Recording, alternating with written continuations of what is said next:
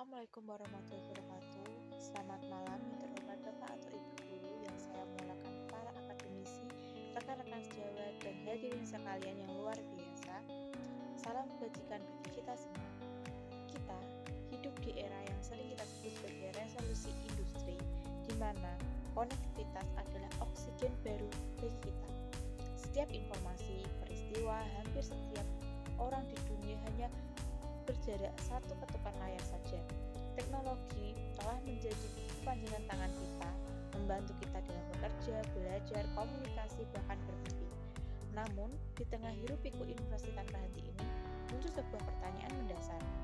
Apakah kecepatan digital ini telah mengorbankan kualitas hidup kita yang sesungguhnya? Hari ini saya mengajak kita semua untuk merenungkan dan mengambil tindakan yang sesuai, meraih keseimbangan digital, memaksimalkan manfaat teknologi tanpa kehilangan esensi. Kita merasakan apa itu fenomena realitas digital overdose, yaitu sibuk merespon notifikasi, email di malam hari, tetapi ironisnya kita merasa kurang produktif pada pekerjaan inti kita. Kecemasan, perbandingan sosial yang tidak sehat menjadi bayang-bayang di balik layar yang selalu menyala. Kemampuan kita untuk fokus pada suatu tugas, untuk menikmati momen hening tanpa dorongan memeriksa ponsel semakin menipis. Masalahnya bukan pada teknologi itu sendiri. Masalahnya terletak pada bagaimana kita sebagai pengguna gagal menetapkan batas. Kita telah membiarkan teknologi menjadi tuan kita alih-alih pelayanan kita. 3 pilar keseimbangan digital yang sehat. Untuk mengembalikan keadaan ini, kita perlu membangun 3 pilar keseimbangan digital. Yang pertama, kesadaran diri. Kita harus mempraktikkan kesadaran penuh tentang kapan dan mengapa kita menggunakan perangkat. Kita perlu mengidentifikasi titik pemicu yang membuat kita meraih ponsel tanpa tujuan yang jelas. Tanyakan pada diri kita sendiri, apakah saya mengambil ponsel karena kebutuhan atau karena kebiasaan?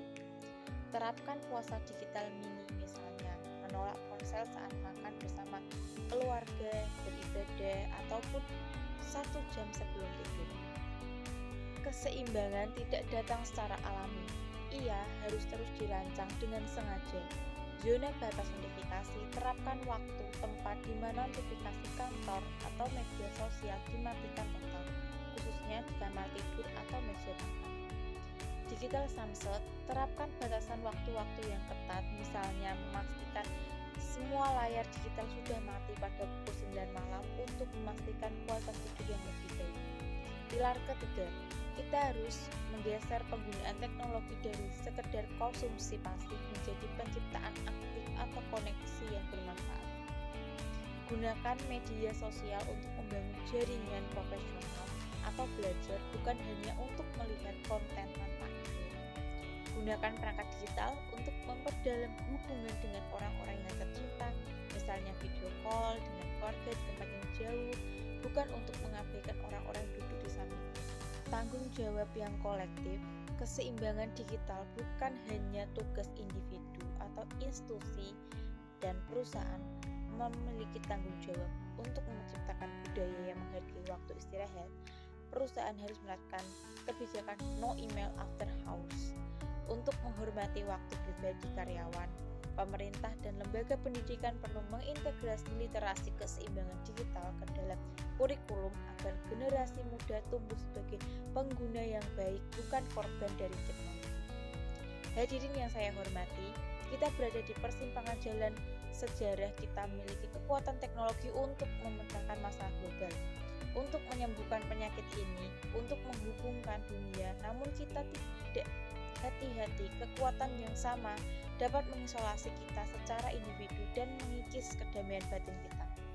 Digital bukanlah tentang meninggalkan teknologi, ini adalah tentang mengendalikan teknologi. Ini adalah upaya sadar untuk kembali menjadi pencipta, bukan sekedar konsumen digital. Mari kita berkomitmen untuk pulang hari ini dan menetapkan suatu batas digital yang baru. Mari kita pilih untuk menjadi bijaksana dan hadir sepenuhnya, baik di dunia nyata maupun di dunia. Terima kasih. Wassalamualaikum warahmatullahi wabarakatuh.